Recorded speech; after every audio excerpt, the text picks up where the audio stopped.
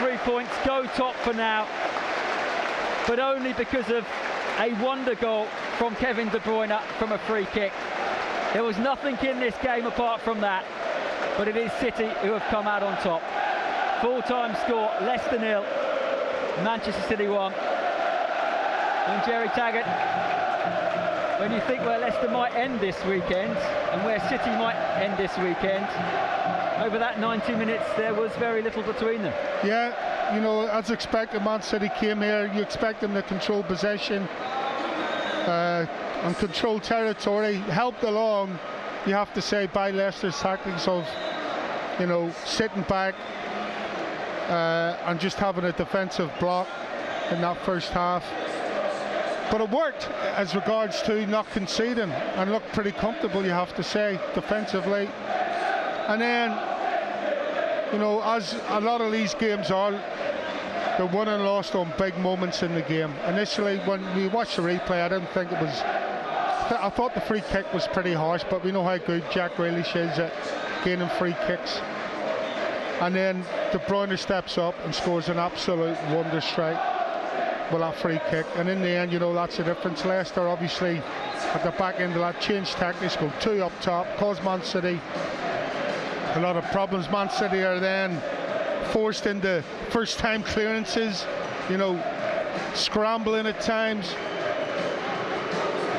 And Leicester, you have to say, made them look pretty ordinary in that last 20 minutes. But I suppose you could say it was a little bit too little too late, unfortunately, for Leicester City today. And it was Kevin De Bruyne who made the difference with a world-class player scoring a world-class goal. A few boos to the referee as he comes off. An interesting time that he chose to blow up, because James Maddison was about to produce a piece of skill which would have had him in a great position, but it is City who have won the game. Jerry, from a Leicester perspective, who really stood out for you today? Well, I don't think there was anyone that was head and shoulders, you know, the best player on the pitch. It was one of them games, you know, at the end of the day, you're playing against Man City who you know, have world-class players all over the pitch. But, you know, a special mention to Danny Ward. You know, I thought he had another confident game. You know, did what he had to. Obviously, there's nothing he could do about the free kick. Let's get that fact there. But as far as his decision-making was concerned, his handling, I thought he had a really good game. But Harvey Barnes came into it more in the second half, but didn't really shine as much as what I liked him to. Same with Maddison, only really came into it in the last 20 minutes when the game, you know, the tactics of the game were switched. So if I was going to say one player who, you know, the whole game was involved in everything, you know, had that wonder strike that Ederson tipped onto the bar, was getting involved with challenges all over the pitch, gaining free kicks, you know, okay, made a couple of right passes early on in the game, but overall I just thought he was at the centre of everything good for Leicester, and that's Yuri Tielemans. Well, Pep Guardiola's having a very impassioned chat with James Maddison as they walk off, almost like you'd expect Brendan Rodgers to be doing, actually. And he gave a real fist pump to the travelling fans. I think Pep Guardiola knows that he's been seriously pushed hard by Leicester today. It's jovial between Guardiola and Maddison, but something's going on down there. We've seen this with Guardiola and players before, but those two walk off the pitch, mutual respect at the end of it. Maddison gives Guardiola a hug, and that is the end of a Saturday lunchtime here at King Power Stadium. Leicester have been beaten, but Manchester City might not face as tough a test as this too often this season. It has finished Leicester 0, Manchester City 1. Thank you, Chris. Yes, I guess disappointing result in the end for the Foxes, losing 1-0 to Man City, but a really spirited performance, particularly in that last 20 minutes or so. Yeah, we'll chat for the next 20-25 minutes just about that with Matty Fryatt and Jerry Taggart, who will remain in his commentary position. So firstly, Matty, what did you make of that? And obviously overall disappointment at not getting anything from the game, but at the same time frustration that they weren't able to in the end. Frustration maybe at the officials as well? A little bit. I thought it was spirited. Obviously first half it was a lot of defensive work, and then the changes. Question marks, could it be made early? And then sometimes you look at it and think, do you go at City a little bit more rather than sort of waiting for the inevitable? I said at half-time, it was really crucial the first 10-15 minutes of the second half to still be in the game, which would have been nice to have been past the 60 points still on level terms, because the last 20 minutes Leicester gave everything through the kitchen sink at Man City, and albeit a bit of quality from Kevin De Bruyne, I can't remember Man City doing too much second half, and it was, well, if the game continued, Leicester could have got something out of it. But you sometimes think, do you maybe put Man City under a bit more pressure and go for it earlier on? It's one of them, because at the same time, I've said on this show earlier in the season, when you go toe to toe with these big teams, they normally undo you, and then you could be looking at a hiding as opposed to when to make the change. And at the end, it was mainly Leicester who were going for it, and there's few opportunities where they could have got something. Well, 5 more minutes, Jerry, even, a couple more minutes, maybe even that last minute where James Maddison was turning on the edge of the box. You don't know, you just felt like it was really coming for Leicester, didn't you? But it never came in the end. Yeah, I think, the technical switch worked an absolute treat. And obviously you can't really do that the way Leicester set up in the first half with a formation with the extra defender in, which means you've got one less player in an attacking area, which would then enable you to go and play that high press. But it definitely worked. And Leicester looked a lot more sharper. Manchester City looked a lot more unsure of themselves defensively. You've seen that header clearance from John Stones that hit Ruben Diaz and almost went in his net. So yeah, there may have been a train of thought was saying that, if the game had went on a little bit longer, Leicester may well have got back on even terms. I definitely thought the referee should have blew the whistle when Danny Ward was impeded for playing quick football. He then should have added extra time on for that. He should have booked De Bruyne and added extra time on for that, which might have helped Leicester, because that was cynical from De Bruyne, and he's made 2 cynical challenges today, De Bruyne, and not been booked for any of them. And James Maddison had the ball, Jerry, didn't exactly. he? In a decent position right there. Absolutely. And there's no way the referee should not let that go. And they're given those sort of instructions that if one team are applying pressure, or it looks like they've got an opportunity to score a goal, then you let it play out. You let that phase play out. And for whatever reason, he decides not to. And I've just mentioned in the build-up to that, De Bruyne, cynical challenge on Danny Ward, stopping him playing it out quickly. As a referee, you go, okay then, I'll add another 30 seconds on, or another minute.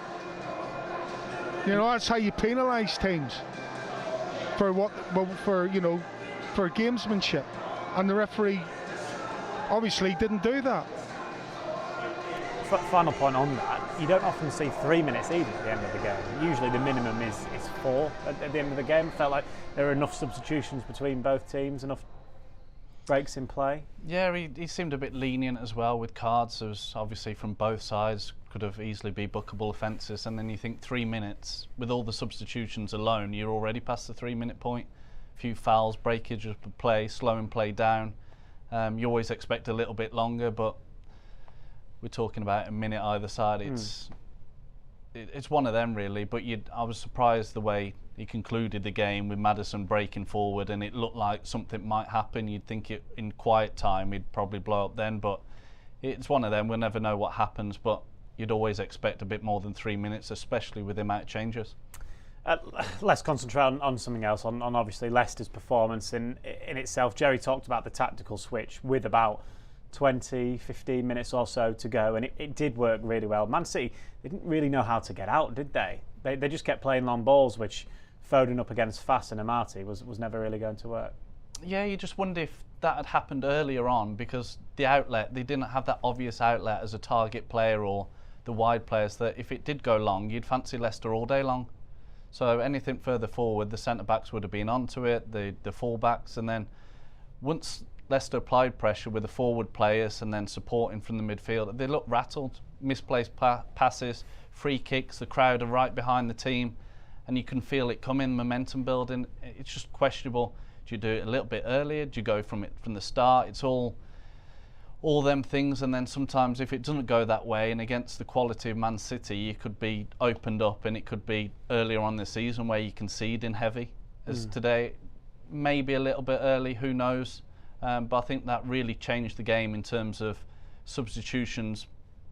Right time, wrong time, maybe a little bit earlier, who knows? But then the momentum was all with Leicester, and City did look rattled, especially in them closing stages. What do you think, Jerry? Could it have changed slightly earlier, as Matty Fright is saying, or do you think the timing was pretty good from Brendan Rodgers?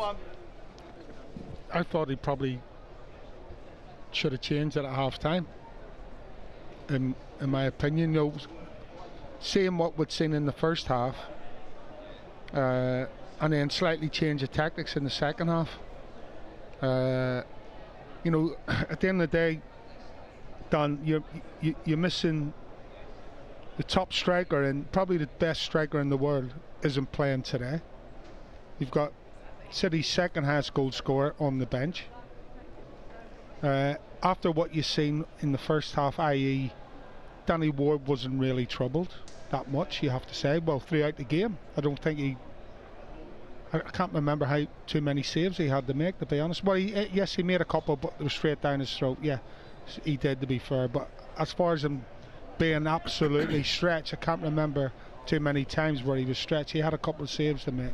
So why not? Why not just think, you know what, lads? If we go and pressurise them, let's see how they react it. We've got 45 minutes.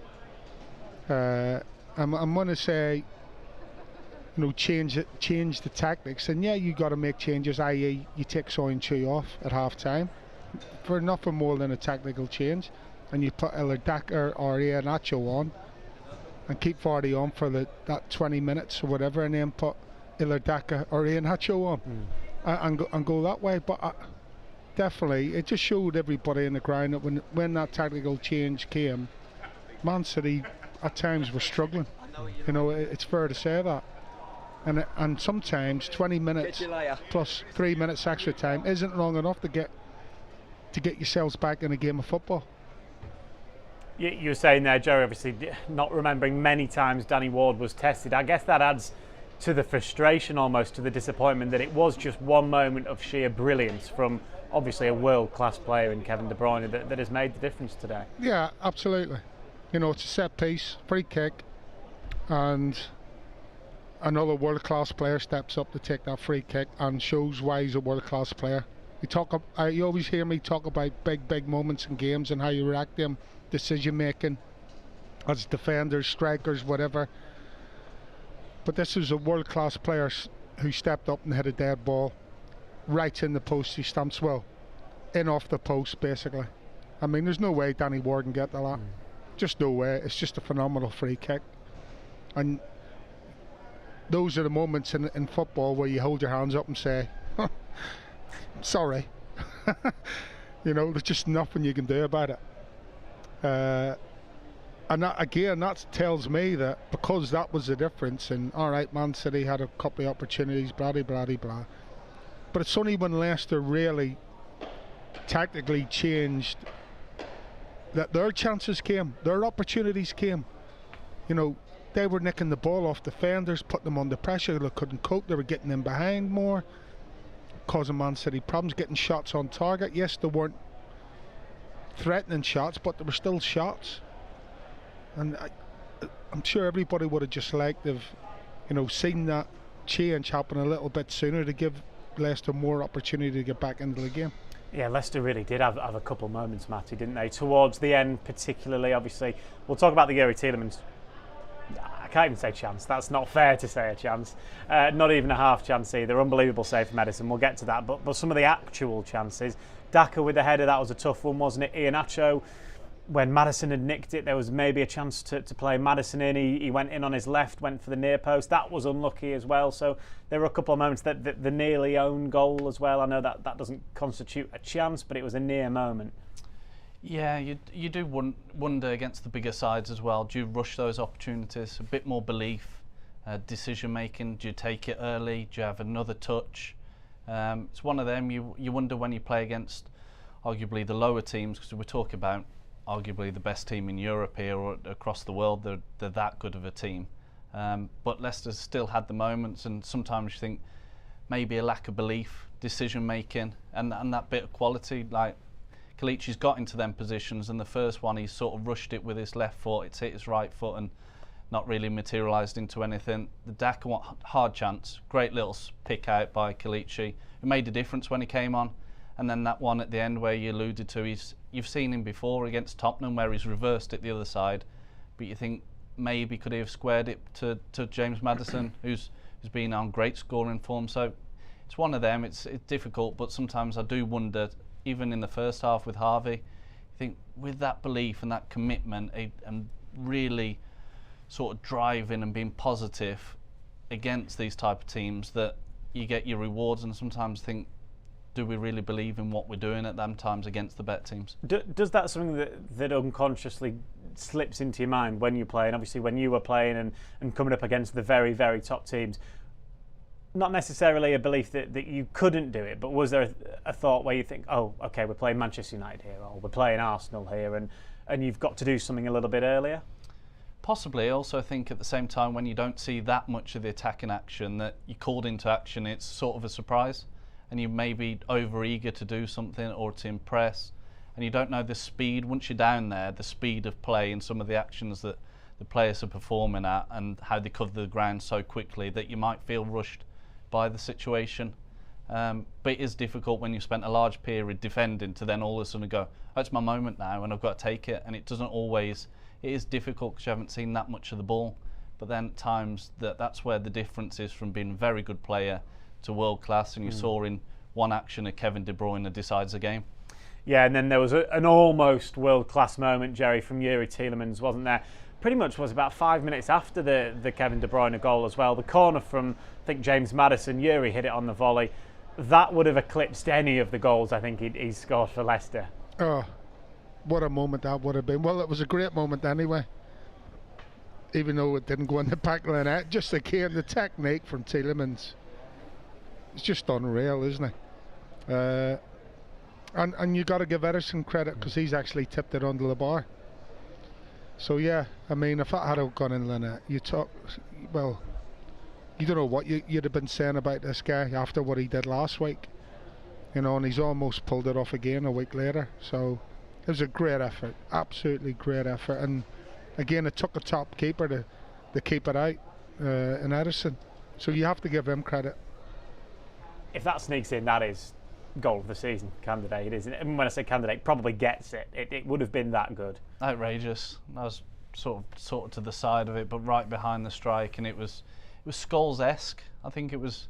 Can't remember. It went off the bar or off the corner, and Villa, it was. I think it was. Was it Villa? I remember one of Bradford. He cut across it, but again, another player with tremendous technique. Yuri Tielemans the same. Last week, you think, what a goal that is, and then this week it shows it's no fluke, because other than a tiny little fingertip, which was crucial, what a goal that would have been. He would have just have goal of the season competition to himself. Yeah, I mean, this isn't me criticising Yuri Tielemans in any way.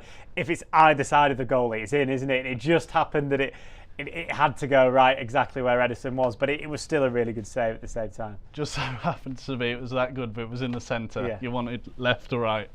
Yeah, split in half. It was a great strike, but as you're saying, if it's either left or right of it, but then we'd probably look at it and be talking about the goal forever. It was just, like you say, if it's in the corners, he's not stopping it, but still straight down the middle. And the speed it's coming to, he's got to get a slightest touch, and it just diverts it onto the crossbar. But what a strike. Brilliant technique. When Jerry was asked who his standout was, you and I were sort of debating it, weren't we? And you probably said Yuri Tielemans, didn't you? And that would have just capped it off, but he had another really good game in the midfield. Yeah, he seemed all around it. Obviously, there was a lot of work to do in there with the two of them, as opposed to he's been playing in a three. But it seems to now been to, we all know he's capable and the ability he possesses in possession, but also the work out of possession. He really seems to be leading and putting himself. He's involved in most of the things you saw, winning the ball back high, breaking up play. Questionable about his tackling technique at times. He does seem to miss time a couple. Again, Scholes-esque, but if we're talking about Tielemans in a similar type of role, or comparing him to someone like Paul Scholes, just shows how well he's doing. And the past couple of games he's really stepped into it, and unlucky again not to get on the score sheet and cap off what was, I thought, a decent display. Without, I get Jerry's point about no one sort of head and shoulders, but I thought he was always involved in things and looking bright in possession as well, and that strike was something else. You have to praise the defence again, Jerry, don't you? Yes, okay, there wasn't a clean sheet today, but I guess because of the way the free kick went in, you can't blame the goalkeeper, you can't blame the defence at all for that. So they'll be pleased again with their performance, and that must give so much confidence going into the next few games, certainly until the World Cup anyway. Yeah, there's nothing lost here today, even though they've lost the game. Confidence-wise, I don't think there should be too many people sat in the dressing room with their heads down. I thought, yeah, again, they look solid for the most part. And again, you're talking about, you're bringing a player in who hasn't started a game in the league this season. You're changing the formation. You're changing your tactics because Man City are rolling into town. And sometimes as a player, it's difficult to take, to go from playing positive football to them playing a negative style of football. But as far as the backline are concerned, then yeah, they look pretty solid again, and that's why I'm saying, they've been undone by a free kick. I even thought it was a bit harsh, the free kick itself, because it was an accidental of knees coming together. It wasn't a challenge by Papi Mendy on Jack Grealish. It's just Jack Grealish's knee hit Papi Mendy's knee, and the ref decided it was a free kick. Although there was momentum with Jack Grealish, so there is an argument for Man City to say it was a free kick. But I mean, what can you say? What can you say about, he still has to get up over the wall and into the net, Dan, and be the keeper. It's not easy. But the way he's hit it, it's just ridiculous. It's almost Ronaldo-like. Them free kicks Ronaldo used to take, where the ball would move all over the show and dip in. It was just sublime, mate. Seriously. I think it's a fair conversation to have about the award of the free kick, wasn't it, Matty? And I guess maybe you've seen them given. On the other hand, you've seen them certainly not given. Dubious. I think a few decisions today were contentious. Don't want to criticise the referee too much at all, but I think there's a few decisions that could have gone either way, and sometimes you get the foul, sometimes you don't. So it's one of them. I think there's more to it than that, but at times these decisions are contentious, and there's certainly a few of those in the game today. Obviously, Leicester take nothing from the game points-wise, but they certainly take a lot in terms of heart, in terms of confidence going into the 2 away games. Obviously, 1 home game in the Cup as well, but the 2 Premier League away games before the World Cup. Certainly from where it was to, again, today, it's a spirited performance. There's a togetherness and the foundation to build from it. I know, albeit take away Kevin De Bruyne's unbelievable strike. There was nothing really in it. I can't remember Man City creating too much second half. Leicester, at the end, the fans are behind them. You could see the performance, and you shouldn't be too downhearted about that, because how many teams are Man City going to beat from now to the end of the season? Could look at back, even though before I've been critical that maybe Brendan's team have been too attack-minded and open. Today, you think, do you maybe go to it a bit more and commit more men forward and approach it in more positive manner in terms of playing with the back 4?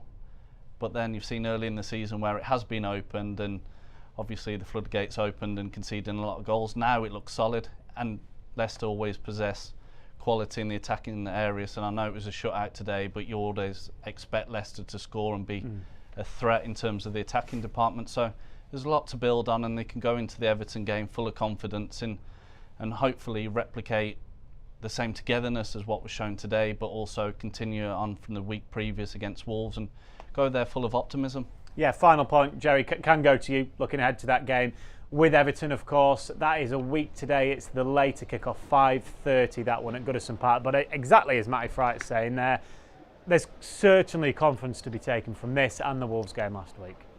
Absolutely. And I don't think Brendan will employ the same tactics at Everton as he's employed today in that first half. So, you're hoping there's a bit more on the front foot, a bit more attacking, from the off. And yeah, again, it should be a really good game, difficult game. Going up there, never easy going up there. Never easy sitting in their press box either. Dan, it's a bit cramped up there, to be honest with you. But there you go, yeah. Big game again next week. But as I said, confidence-wise, can't really be too downhearted with today's result and the display that they put on. Thank you very much, Jerry. That'll do for you for now. You can enjoy yourself and rest your throat now after that double shift that you've done for us. So we do appreciate triple shift. Are we calling it? I did half time as well, Dan. On post match, the quadruple, Jerry. You've done it all. Absolutely. Thank you to Jerry Taggart, to Matty Fryer for coming in. Obviously, it has ended in defeat and disappointment here at King Power Stadium, but plenty can be taken from that performance against the champions today. Thank you very much for watching. If you want to have more reaction, then you can join us for extra time at 6 p.m. on Monday evening. If not, we'll be back again for that Everton game a week today, starting at 4:30. Good night.